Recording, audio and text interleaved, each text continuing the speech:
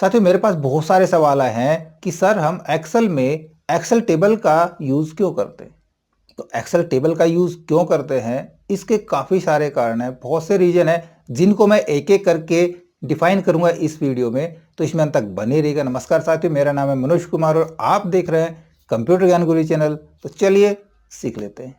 देखिए, एक्सेल में हमने डेटा एंटर कर लिया, उसका बॉर्डर बना दिया, अलाइन कर दिया, कलर दे दिया। तो इसका मतलब ये नहीं कि हमने उसको टेबल बना दिया, वो टेबल नहीं है, वो एज ए डेटा है। यहाँ पे आप देख रहे हो मेरे पास डेटा दो जगह है, इधर भी मैंने कुछ डेटा ले रखा है, इधर भी ले रखा है। क्या आप बता सकते इसमें से कौन सी टेबल है? नहीं पता चल रहा ना कि टेबल कौन सी है। अब देखिए, आपको खुद पता चलेगा कि टेबल कौन सी है। ऊपर आप सबसे पहले मीनू बार पे नज़र डालिए, हमारे पास नॉर्मल मीनू बार नज़र आ रहा है।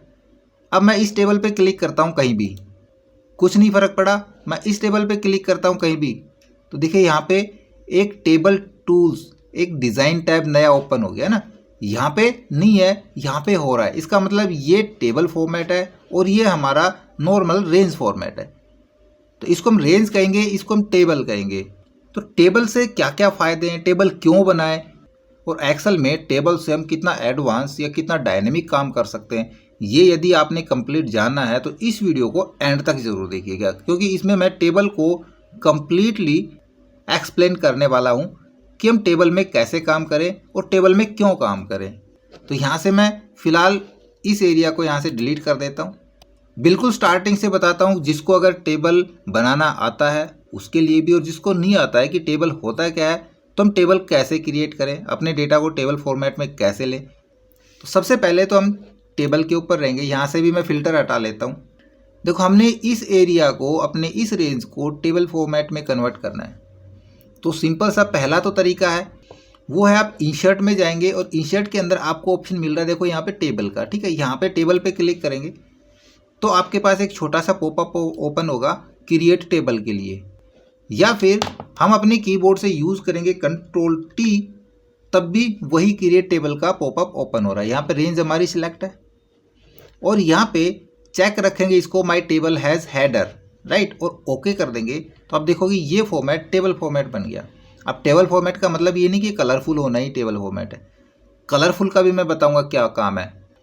पहले एक और तीसरा तरीका बताता हूँ। मैं इसको अंडू करता हूँ। हम टेबल पे आए, टेबल सेलेक्ट कर रखी है। अब हम टेबल डिज़ाइन में चले जाएंगे। आपको अलग से डिज़ाइन टैब में मिल सकता है, या फिर होम के अंदर ही आपको मिलेगा, देखो स्टाइल ग्रुप के अंदर हम चले जाएंगे, फॉर्मेट एज टेबल हमने, ठीक है। यहाँ पे कोई भी आप एक फॉर्मेट चुन सकते हैं टेबल का। हम जैसे ही उस फॉर्मेट पे क्लिक करेंगे, मैं यहाँ से चुनता हूँ, तो ये एज ए टेबल क्रिएट हो जाएगा। यहाँ से हम कर देंगे ओके, तो वो फॉर्मेट यहाँ पे अप्लाई हो जाएगा और ये टेबल क्रिएट हो जाएगी। जैसा मर्जी आप यहाँ से इसका डिज़ाइन, इसकी स्टाइल ले सकते हैं। नॉर्मल स्टाइल भी रख सकते हैं, कोई और स्टाइल रख सकते हैं। अगर नॉर्मल स्टाइल हम रखते हैं तो देखो, नॉर्मल स्टाइल रखने में पहला काम टेबल का क्या है। पहला काम तो ये है कि डाटा हमारे पास बहुत ज़्यादा है, कॉम्प्लिकेटेड डाटा है, और हम उस डेटा में इस प्रकार से कुछ चेक कर रहे हैं यूँ। तो ऐसे चेक करते करते हम यूँ रो को छोड़ भी सकते हैं, ऊपर वाली रो को चेक कर सकते हैं, या फिर हमने नीचे चेक करना है और फिर उसी रो पे आना है तो कौन सी रो पे थे। इस तरह से थोड़ा सा हमको टाइम लग सकता है पर्टिकुलर रो के ऊपर या पर्टिकुलर कॉलम पे जाने में। तो यहाँ पे हमारे पास एक ऑप्शन होता है, देखो, बैंडेड रो का, है ना। ये फिलहाल चेक है, यहाँ से इसके ऊपर कुछ फ़र्क नहीं पड़ रहा। इसको मैं अनचेक करता हूँ तब भी कुछ फ़र्क नहीं पड़ रहा। कब फ़र्क पड़ेगा, मैं यहाँ से टेबल का डिज़ाइन लेता हूँ। मैं यहाँ पे टेबल का इनमें से कोई भी एक डिज़ाइन चुन लेता हूँ। मैंने ये डिज़ाइन चुन लिया और यहाँ पे मैं करता हूँ, यहाँ पे बैंडेड रो के ऊपर, तो आप देखोगे यहाँ पे एक के बाद एक रो कलर हो जाता है ना। तो इससे हमको उसमें सफ़र करने में दिक्कत नहीं होती, आसानी होती है। हम आराम से देख सकते हैं, अच्छा व्यू हमको मिल जाता है। यहाँ पे हम इस रो के अंदर हैं, देखो, हम आराम से पता चल रहा है इसे ऊपर वाली रो ये है। अब ये कलरफुल, आप सोचोगे कि ये तो हम नॉर्मल भी कलर कर सकते हैं, लेकिन इतने बड़े डेटा में आप एक एक रो को सिलेक्ट करेंगे, उसके बाद उनको कलर करेंगे या कंडीशनल फॉर्मेटिंग लगाएंगे। और कंडीशनल फॉर्मेटिंग क्या होता है, कहीं भी अगर हमने थोड़ा सा डेटा चेंज कर दिया तो फिर वो चेंज हो जाएंगी। इसलिए भी हम टेबल का यूज़ कर सकते हैं। बिल्कुल सिंपल सा यूज़ था, छोटा सा यूज़ था। पहले हम कॉलम को भी बैंडेड कॉलम कर सकते हैं। अगर रो को हम हटा दें, बैंडेड कॉलम करेंगे तो बैंडेड कॉलम हो जाएंगे। हम कॉलम वाइज चेक कर सकते हैं, ठीक है। तो एक अच्छा लुक हमको मिल जाता है टेबल के अंदर। दूसरा, जब हमारा डेटा ज़्यादा बड़ा होता है और हम यूँ स्क्रॉल कराते हैं अपनी टेबल को, है ना, तो उस स्थिति में क्या होता है, हेडिंग रो छुप जाती है और फिर हमको उसको फ्रीज करना पड़ता है फ्रीज पेन से। तो जब यदि हमने यहाँ पे अपने डेटा को टेबल फॉर्मेट में कन्वर्ट कर दिया तो अब इसको फ्रीज कराने की ज़रूरत नहीं है। हम जैसे इसको स्क्रॉल करेंगे तो देखो यहाँ पे जो हेडर रो हमारी छुपी नहीं है, वो देखो यहाँ पे जो कॉलम नंबर थे ना, यहाँ पे ये हेडर रो के कॉलम यहाँ पे इंडिकेट हो जाएंगे आपको। आप स्क्रॉल करते रहो और जो कॉलम नंबर थे वहाँ पे हमारी हेडर रो छप चुकी है, तो इसको फ्रीज कराने की भी ज़रूरत नहीं पड़ती। अब नेक्स्ट यूज़ बताते हैं, वो भी काफ़ी अच्छा यूज़ है, काफ़ी काम का यूज़ है टेबल का। हम टेबल पे रहेंगे, पहले तो मैं इसको कर देता हूँ रेंज फॉर्मेट के अंदर, तो वापस इसको कन्वर्ट कर देंगे, कन्वर्ट टू रेंज। यस, तो हमारी टेबल वापस से रेंज में कन्वर्ट हो गई है। फॉर्मेट रह गया है लेकिन ये टेबल नहीं है। आप ऊपर देखो, यहाँ पे आपको डिज़ाइन टैब नहीं नज़र आ रही होगी ना, ये सिंपल डेटा रह गया हमारे पास। अब हम डेटा एंट्री करते हैं, तो डेटा एंट्री करने के दौरान हम यूज़ करते हैं एंट्री डेटा एंट्री फॉर्म का, है ना। फॉर्म कहाँ से मिलेगा आपको? आप कस्टमाइज में चले जाएंगे, यहाँ पे मोर कमांड्स के अंदर, मोर कमांड्स में इधर हम कर लेते हैं ऑल के ऊपर। ऑल कमांड्स में जाके हम यहाँ पे ढूंढेंगे फॉर्म के लिए। F प्रेस करता हूँ मैं यहाँ पे, तो यहाँ पे आपको मिल जाएगा फॉर्म। देखो यहाँ पे मिल रहा है फॉर्म, मिल रहा है ना। इसको हम ऐड कर देंगे तो ये हमारी क्विक एक्सेस टूल बार में जुड़ जाएगा और ओके कर देते हैं। तो ऊपर आपको यहाँ पे नज़र आ रहा है फॉर्म, तो हम इस डेटा पे कहीं भी रहेंगे और मैं करता हूँ यहाँ पे फॉर्म के ऊपर क्लिक। फॉर्म हमारा खुल गया, यहाँ से कंप्लीट इसने सारे कॉलम उठा लिए, इधर उठा लिए ना। अब हमने कोई भी नई एंट्री करनी है तो हम नई एंट्री आराम से कर लेंगे। न्यू पे जाएंगे और इधर मैं नई एंट्री कर देता हूँ 12 बिल नंबर। इसमें कोई भी एक आइटम ले लेते हैं, कंपनी ले लेते हैं हम, क्वांटिटी, रेट, और इसको को कर देंगे हम न्यू पे। तो देखो यहाँ पे एक नई एंट्री आपके पास आ गई सीडी की, राइट। एंट्री हो जाएंगी यूजर फॉर्म से, कोई दिक्कत नहीं है, सिंपल डाटा के अंदर हमारे पास। अब यहाँ से कोई एंट्री हम डिलीट करते हैं, यहाँ से हम एंट्री ढूंढें। मैं इस एंट्री को 11 नंबर वाली को या लास्ट वाली को ही मैं डिलीट करता हूँ, 12 नंबर वाली एंट्री को, ठीक है। ये एंट्री आ गई 12 नंबर की हमारे पास, इसको मैं करता हूँ यहाँ से डिलीट। तो जैसे डिलीट करूँगा यहाँ पे आपके पास एक मैसेज आएगा, ये कह रहा है displayed record will be permanently deleted, यानी कि ये जो रिकॉर्ड है जो हम डिलीट कर रहे हैं ये परमानेंट डिलीट हो जाएगा, इसको आप अंडू नहीं कर सकते। ओके कर देते हैं, तो देखो 12 नंबर एंट्री हमारी डिलीट हो गई। इसको मैं कर देता हूँ क्लोज। देखो यहाँ पे मैं करता हूँ Ctrl+Z, तो ये वापस नहीं आ रहा रिकॉर्ड, ये अंडू नहीं होगा रिकॉर्ड अगर यहाँ से हमने डिलीट कर दिया। अब मैं इसको करता हूँ टेबल फॉर्मेट के अंदर, Ctrl+T यूज़ करेंगे, ओके कर देंगे। अब ये टेबल फॉर्मेट में आ चुका है हमारा डेटा। और अब फिर से हम चले जाएंगे फॉर्म के अंदर और यहाँ पे हम फिर से एक एंट्री करते हैं। न्यू रिकॉर्ड पे जाएंगे, यहाँ से फिर से हम 12 नंबर एंट्री डालते हैं। बिल नंबर कोई भी हम डाल देंगे, कोई भी आइटम डाल देते हैं। इस बार मैं DVD डाल देता हूँ, कंपनी, क्वांटिटी, रेट और न्यू। यहाँ पे एंट्री हो गई। अब फिर से मैं इस एंट्री को डिलीट करता हूँ। यहाँ पे आते हैं 12 नंबर एंट्री पे, फिर से करते हैं इसको डिलीट, और कह तो ये रहा है डिस्प्ले परमानेंट डिलीट, ओके कर देंगे। लेकिन अब ये एंट्री हमारी अंडू हो जाएगी। मैं करता हूँ इसको Ctrl+Z वापस से, तो देखो ये फिर से आ रही है, यहाँ पे आ रही है ना। एक ये बेनिफिट होता है इससे टेबल से। अब देखिए यहाँ पे मैं एक कॉलम और लेता हूँ, मैं यहाँ पे करता हूँ एवरेज के लिए और एंटर प्रेस करूँगा, तो यहाँ पे आपने देखा ये ऑटोमेटिक इस टेबल के अंदर जुड़ गया है कॉलम, और ये complete as it is format यहाँ पे उठा लिया इसने। जो फॉर्मेट हमारा टेबल के अंदर हमने सेट किया है वही फॉर्मेट यहाँ ले लेगा। जैसे ही मैं कोई भी एंट्री करूँगा, कोई नंबर लिख रहा हूँ या कोई टेक्स्ट लिख रहा हूँ, तो ये समझ आता है कि यहाँ पे हम मैनुअल डाटा एंट्री करने वाले हैं। यदि इसको मैं डिलीट करता हूँ, यदि मैं यहाँ पे कोई फंक्शन यूज़ करता हूँ, मैं कहता हूँ इक्वल टू एवरेज निकालते हैं। यहाँ पे ब्रैकेट स्टार्ट करेंगे और एवरेज निकालनी हमने इन तीनों की निकाल के देख लेते हैं। ब्रैकेट क्लोज करके एंटर प्रेस करेंगे तो आप देखोगे ये कंप्लीट नीचे तक फिल हो जाता है सारा फंक्शन। हमको नीचे ड्रैग करने की जरूरत नहीं पड़ती, जहाँ तक टेबल होती है वहाँ तक कंप्लीट पूरा फंक्शन फिल हो जाता है। चाहे आप कोई भी फंक्शन यूज़ करेंगे, कोई भी फॉर्मूला यहाँ पे लगाएंगे। साथ में आपने माइक्रोसॉफ्ट वर्ड में एक चीज़ देखी थी, हम टेबल में कॉलम को सिलेक्ट कर रहे थे या रो को सिलेक्ट कर रहे थे, तो वहाँ पे जैसे हम यूँ ऊपर जाते थे तो एक एरो बनता था इस प्रकार का, दिख रहा है ना, यहाँ भी एरो बन रहा है। हम यहाँ पे क्लिक करेंगे तो देखो हमारा पूरा कॉलम सेलेक्ट हो रहा है, जैसे माइक्रोसॉफ्ट वर्ड में करते हैं। नॉर्मल डेटा पे जाएंगे तो हम इस प्रकार से कॉलम को सिलेक्ट नहीं कर सकते, हम वो यहाँ से करेंगे, यहाँ से करेंगे तो वो डेटा के अलावा नीचे लास्ट रो तक सेलेक्ट करके देगा, ना कि हमारी टेबल के अंदर। और यहाँ पे हम इस प्रकार से यूँ सेलेक्ट कर सकते हैं। और रो को भी हम इधर जाके क्लिक करेंगे तो रो भी हमारी ऐसे सेलेक्ट हो जाएगी। अच्छे फ़ायदे हैं टेबल इंसर्ट करने के। चलो ठीक है, मैं इसको डिलीट कर देता हूँ, इस कॉलम को नहीं रखता, मैं डिलीट करता हूँ यहाँ से। और अब एक चीज़ मैं आपको और दिखाता हूँ, बड़ी इंटरेस्टिंग चीज़ है। हम यहाँ से टेबल पे रहेंगे और चले जाएंगे डिज़ाइन के अंदर। डिज़ाइन में आपको मिल रहा है यहाँ पे देखो टोटल रो का ऑप्शन, है ना। बड़ा काम का बड़ा इंटरेस्टिंग ऑप्शन है। ये सिर्फ टेबल के ऊपर ही चलेगा, टेबल फॉर्मेट पे, नॉर्मल डेटा पे नहीं आएगा। हम यहाँ पे क्लिक करते हैं, इसको चेक कर लेते हैं। तो आप देखोगे यहाँ पे हमारे पास एक टोटल का एक नया रिकॉर्ड बन के सामने आ गया, यानी कि हमारे जितने भी ये थे इनका सभी का टोटल हो गया। आप सोचोगे तो कोई बड़ी बात नहीं है, हम ऑल्ट इक्वल के साथ सीधा सम कर लेंगे। लेकिन बड़ी बात ऐसी नहीं है कि यहाँ पे अब देखो हमको कोई भी फॉर्मूला यूज़ करने की जरूरत नहीं है। हमने यहाँ पे कोई भी फॉर्मूला यूज़ नहीं करा, फिर भी ये सब टोटल हो गया यहाँ पे। अब हमने यहाँ पे सब टोटल करना है, उसमें हमने इसकी एवरेज निकालनी है। तो देखो यहाँ पे एक ड्रॉप डाउन भी बन के आ रहा है। हमने इसकी एवरेज निकालनी है, या फिर हमने इसको काउंट करना है, कि हमने सम करना है, या हमने मैक्सिमम देखना है, मिनिमम देखना है ना। सारे ऑप्शन हम यहाँ से यूज़ कर सकते हैं। इसके अलावा यदि हम चाहें कि क्वांटिटी का भी हम जोड़ करके देखें, तो इस सेल पे आओगे तो यहाँ भी देखो आपको ड्रॉप डाउन मिलेगा, और यहाँ भी सारे ऑप्शन आपको सारे फंक्शन मिलेंगे। तो इससे ज़्यादा बड़ा बेनिफिट और क्या हो सकता है हमारे लिए, कि जब हम अपने डेटा को टेबल में कन्वर्ट करें तो इतना अच्छा ऑप्शन हमको मिल रहा है कि हमको यहाँ पे फॉर्मूले लगाने की ज़रूरत नहीं पड़ रही है। और इसके अलावा हमने इसमें और भी काम करना है। तो ये नहीं है कि हमारा यहाँ पे ख़त्म होगी टेबल, नहीं। हम यहाँ पे टेबल के अंदर लास्ट सेल के अंदर आएंगे और यहाँ पे हम टैब प्रेस करते हैं तो देखो यहाँ पे एक नई रो इंसर्ट हो गई, और ये जो टोटल वाली रो है ये नीचे खिसक गई एक स्टेप। यहाँ पे हम नया रिकॉर्ड एंटर करेंगे। यहाँ पे मैं दूसरा कोई भी नंबर डालता हूँ, एक आइटम डाल लेते हैं, ये हमने गलत डाल दिया, CD डालेंगे।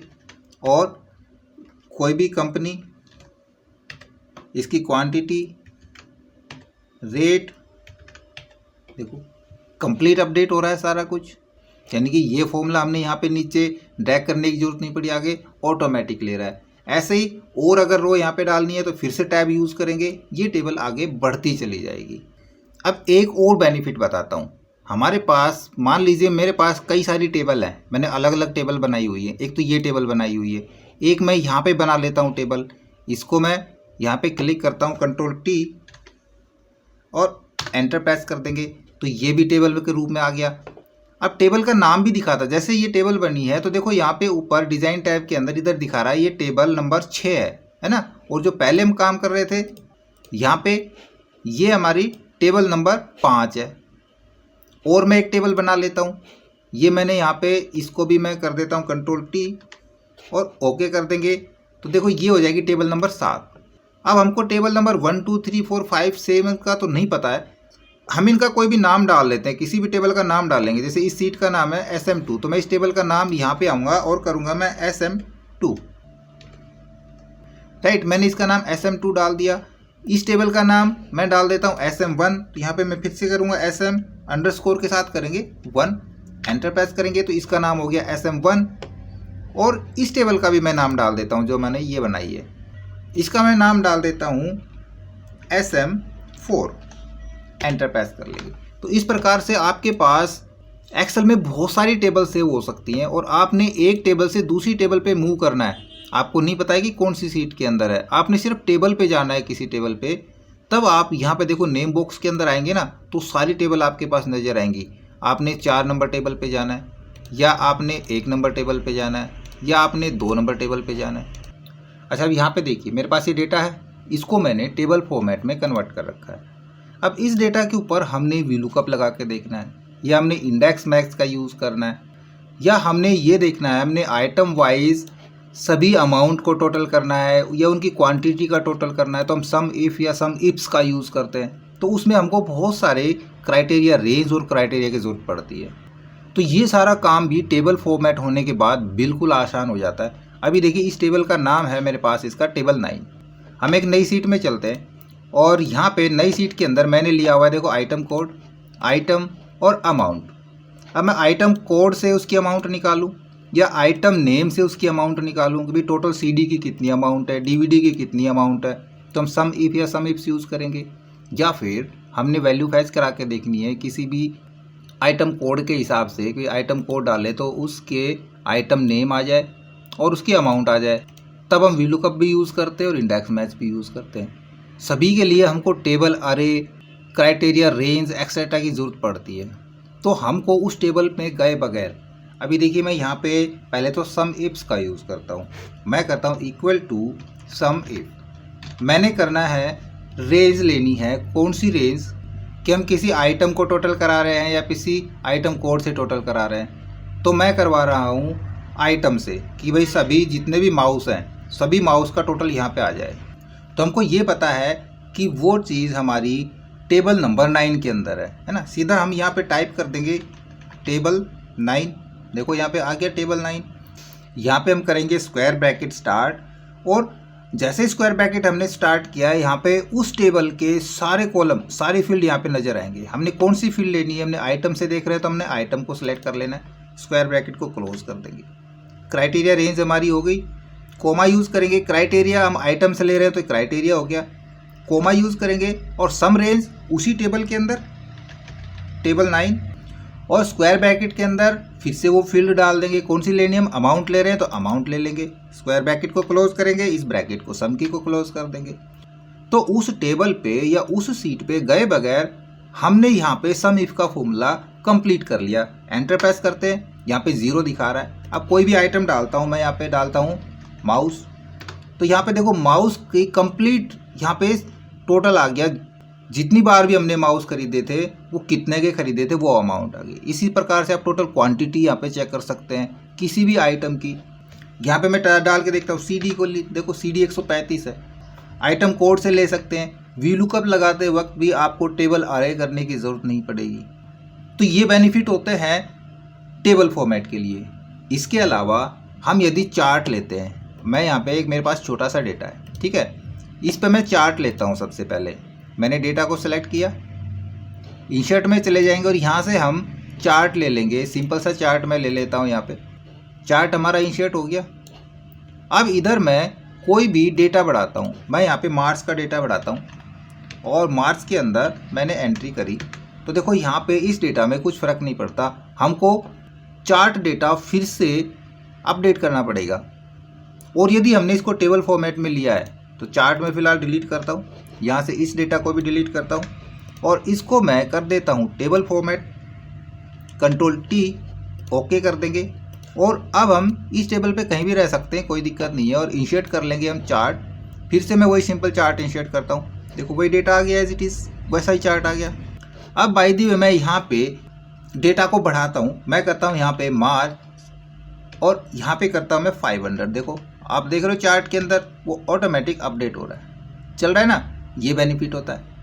और इसके अलावा स्लाइसर का भी यूज़ कर सकते हैं डेटा को फिल्टर कराने के लिए। वापस से हम इसी सीट पे आते हैं, सम वाली पे। इसको हमने टेबल फॉर्मेट किया हुआ है। अब हम टेबल पे कहीं भी रह सकते हैं और चले जाएंगे इंसर्ट के अंदर। तो यहाँ पे आपको मिलेगा इंसर्ट के अंदर स्लाइसर। हम यहाँ पे स्लाइसर पे क्लिक करेंगे तो देखो जितनी फील्ड थी इस टेबल में वो सारी यहाँ पे डिस्प्ले कर रहा है। हमने कौन कौन सी फील्ड से डेटा को सॉर्ट कराना पड़ सकता है। भाई हमने आइटम नेम से कराना पड़ सकता है, हमने कंपनी नेम से कराना पड़ सकता है, या कोई और फील्ड हमने ले रखी है तो उससे भी हमने डेटा सॉर्ट कराना पड़ सकता है। और इसको कर लेंगे ओके। तो अब देखो हमारे पास 2 स्लाइसर लग गए, राइट। बिल्कुल आसान ये होगा हमारा डाटा सॉर्ट कराने के, डाटा फिल्टर कराने के लिए। हमने क्या करना है, सिर्फ उस डेटा के ऊपर क्लिक करना है। हमें CD से फिल्टर कराना है तो CD पे क्लिक करेंगे, देखो CD सारी फिल्टर हो जाएंगी। हार्ड डिस्क पे क्लिक करेंगे, सारी हार्ड डिस्क से डेटा फिल्टर हो जाएगा। या फिर हमको चाहिए हार्ड डिस्क सैमसंग के लिए तो सैमसंग पे क्लिक कर देंगे। तो यहाँ पे देखो कितना आसानी से हम डेटा को शॉर्ट या फिल्टर करा पा रहे हैं। तो स्लाइसर भी तभी लगेगा जब हमने अपने डेटा को टेबल फॉर्मेट में लिया हुआ है, राइट। इसको मैं कंप्लीट हटा देता हूँ सारे फिल्टर्स। इसके अलावा भी टेबल के बहुत सारे छोटे छोटे यूज़ हैं जो हमारे काम को आसान और डायनेमिक बना सकते हैं, जिनका मैंने पहले भी वीडियोस में जिक्र किया है। और आगे भी वीडियोस में हम टेबल फॉर्मेट पे और भी काम बताते रहेंगे, राइट। आई होप ये क्लियर हो गया होगा कि हम एक्सेल में एक्सेल टेबल का इस्तेमाल क्यों करेंगे। तो ये वीडियो आपको कैसा लगा इसके बारे में हमें कमेंट से बताएं। हमारी वीडियोस को ज़्यादा से ज़्यादा अपने दोस्तों में शेयर करें, हमें लाइक करें और यदि नया है हमारे चैनल पे तो हम सब्सक्राइब जरूर कर लें।